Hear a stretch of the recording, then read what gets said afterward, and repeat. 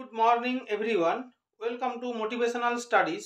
বন্ধুরা, আজ কয়েকটা গুরুত্বপূর্ণ টপিক নিয়ে আলোচনা করব, যেটা হচ্ছে যে ইডব্লিউএস হিসেবে আপনারা যদি অ্যাপ্লিকেশন করে থাকেন, তারপর নতুন ওবিসি লিস্টে যদি আপনাদের নাম এসে থাকে, আপনারা কি করবেন। কিছু কিছু ভ্যাকেন্সি যে আসছে সেগুলো কবে আসবে, ইন্ডিকেটিভ অ্যাডভার্টাইজমেন্ট যেগুলো বেরিয়ে গেছে সেগুলোর কবে আসবে, এজ রিল্যাক্সেশন কতটা দেওয়া যেতে পারে, পিএসসি কি বলছে এবং এজ ক্যালকুলেশন কিভাবে হবে, সব নিয়ে আজকে আলোচনা করছি। তার আগে বন্ধুরা, আপনাদের কাছে একটা রিকোয়েস্ট, যারা এখনও চ্যানেলটা সাবস্ক্রাইব করেননি, চ্যানেলটা একটু সাবস্ক্রাইব করে দিন। তো বন্ধুরা, আমাদের প্রথম যে টপিক সেটা নিয়ে আলোচনা করছি।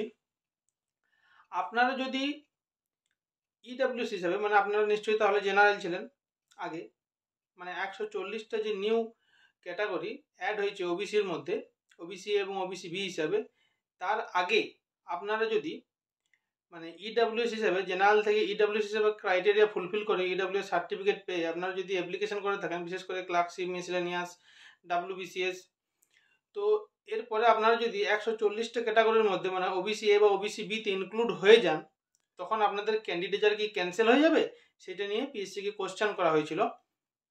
তো জবাব পাওয়া গেছে যে না, সেটা ক্যান্সেল হবে না, ক্যান্ডিডেটার এক্ষেত্রে ক্যান্সেল হবে না, যেহেতু এটা নিয়ে কেস চলছে, এটা একটা মানে লিগাল ম্যাটারে চলে যাচ্ছে, তাহলে ক্যান্ডিডেটটা ক্যান্সেল হচ্ছে না। কিন্তু যদি আপনারা ওবিসি লিস্টে ইনক্লুড হয়ে যান, তাহলে আপনাদেরকে তখন ওবিসি সার্টিফিকেটটা সাবমিট করতে হবে। যদি আপনারা OBC certificate, valid OBC certificate submit করতে পারেন, তাহলে আপনারা ওবিসি হিসাবে কনসিডার করা হবে আপনাদেরকে, এবং যদি আপনারা না করতে পারেন, তাহলে আপনাদেরকে জেনারেল হিসেবে ট্রিট করা হবে, কিন্তু আপনারা তখন ওই রিজার্ভেশনটা পাবেন না। আর ইডব্লিউএস রিজার্ভেশনটা পাবেন কিনা সেটা ওনারা কিছু জানাননি। আপনারা জেনারেল হিসেবে ট্রিট হবে না। যদি আপনারা জেনারেলে কাট অফ ক্লিয়ার করেন, তাহলে ইডব্লিউএস, ওবিসি এসবের কোনো তো কোশ্চেনই আসছে না, এটা তো বুঝতেই পারছেন আপনারা।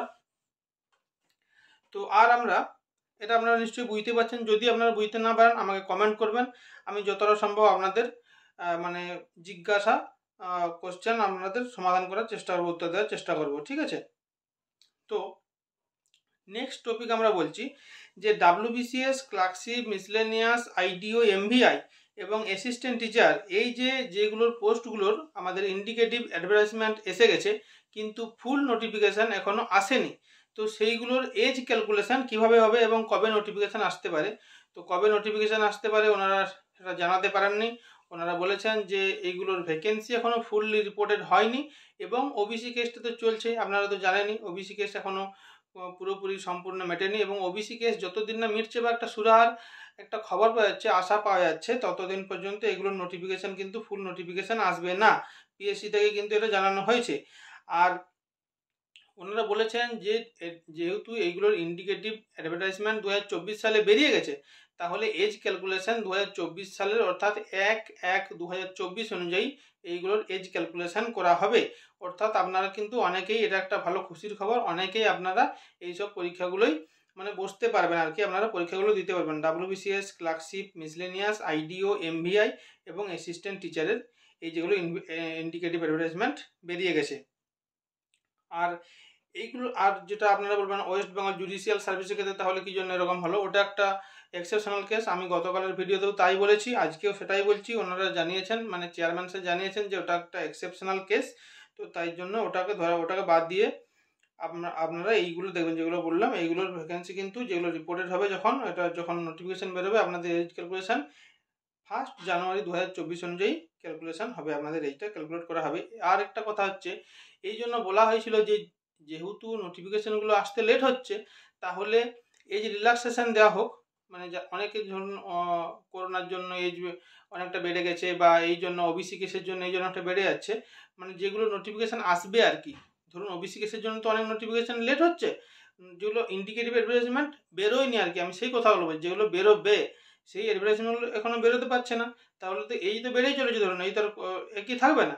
তো ওটা কোশ্চেনটা করা হয়েছিল, পিএসসি থেকে জানানো হয়েছে যে ওটা পিএসসির আওতায় নেই। পিএসসি যেহেতু ওটা কনস্টিটিউশনাল বডি, কোনো আইন বহির্ভূত কাজ করতে পারে না, ওটার জন্য পিএসসি থেকে বলা হয়েছে, চেয়ারম্যান স্যার বলেছেন পার্সোনাল অ্যাডমিনিস্ট্রেটিভ রিফর্ম ডিপার্টমেন্ট এটা করতে পারে। আপনারা সেখানে গিয়ে ডেপুটেশন দিন, যাদের এজ রিল্যাক্সেশন দরকার, আপনারা ওখানে গিয়ে ডেপুটেশন দিন, ওখানে গিয়ে কথা বলুন, আপনাদের সুরাহা হবে। হওয়ার আশা আছে। মানে উনি বলেছেন যে আপনারা পারে গিয়ে, অর্থাৎ পার্সোনাল অ্যান্ড অ্যাডমিনিস্ট্রেটিভ রিফর্ম ডিপার্টমেন্টে গিয়ে আপনারা কথা বলুন। অর্থাৎ এটা হচ্ছে ফাইন্যান্স ডিপার্টমেন্টের ব্যাপার, অর্থাৎ এটা হচ্ছে পার ডিপার্টমেন্টের ব্যাপার, আপনারা ওখানে গিয়ে কথা বলতে পারেন। আরেকটা যেটা আমি টপিক নিয়ে বলতে চাইছিলাম যে West Bengal forest service, food SI, school SI, KPS, polytechnic lecturer, assistant professor, আবার অ্যাসিস্ট্যান্ট ডিরেক্টর অফ এগ্রিকালচার এবং আইসিডিএস সুপারভাইজার, এই যে এইগুলোর নোটিফিকেশান আসার একটা কথা শোনা যাচ্ছিল, গুঞ্জন শোনা যাচ্ছিল। তো এইগুলোর উনি বলেছেন যে এইগুলোর মানে ভ্যাকেন্সি এখনও রিপোর্টেড হয়নি। ওনারা রেসপেক্টিভ ডিপার্টমেন্টে ওনারা চিঠি করেছেন ভ্যাকেন্সি জানার জন্য, ওনারা জানতে চেয়েছেন, ভ্যাকেন্সি জানতে চেয়েছেন। তো যখন এইগুলোর ভ্যাকেন্সি রিপোর্টেড হবে তখন ওনারা জানাবেন এবং সেই অনুযায়ী নোটিফিকেশান বের হবে। তো এইগুলোর নোটিফিকেশান কবে বের হবে ওনারা ঠিকমতো বলতে পারেননি। আর এইগুলোই ছিল। আর আরেকটা কথা ওনারা জানিয়েছেন যে ওবিসি কেস সুরাহা না হওয়া পর্যন্ত ইন্ডিকেটিভ অ্যাডভার্টাইজমেন্টের ফুল নোটিফিকেশান হোক বা নিউ নোটিফিকেশান যেগুলো আসার কথা ছিল সেইগুলো হোক, এরা আসার চান্স কিন্তু খুবই কম। ওবিসি কেসের সুরাহা হলে বা যদি একটা আশা দেখা যায় যে ওবিসি কেস সুরাহা হয়ে যাচ্ছে, তখন কিন্তু নোটিফিকেশানগুলো বের হবে। তো আজ এই পর্যন্তই ছিল বন্ধুরা, আজ এই খবরগুলোই ছিল। আপনারা আরও খবর পেতে হলে আমার চ্যানেলটাকে সাবস্ক্রাইব করুন, ফলো করুন, আর ভিডিওটি যদি ভালো লেগে থাকে আপনারা একটা লাইক করে দিন। ভালো থাকুন, সুস্থ থাকুন, ধন্যবাদ।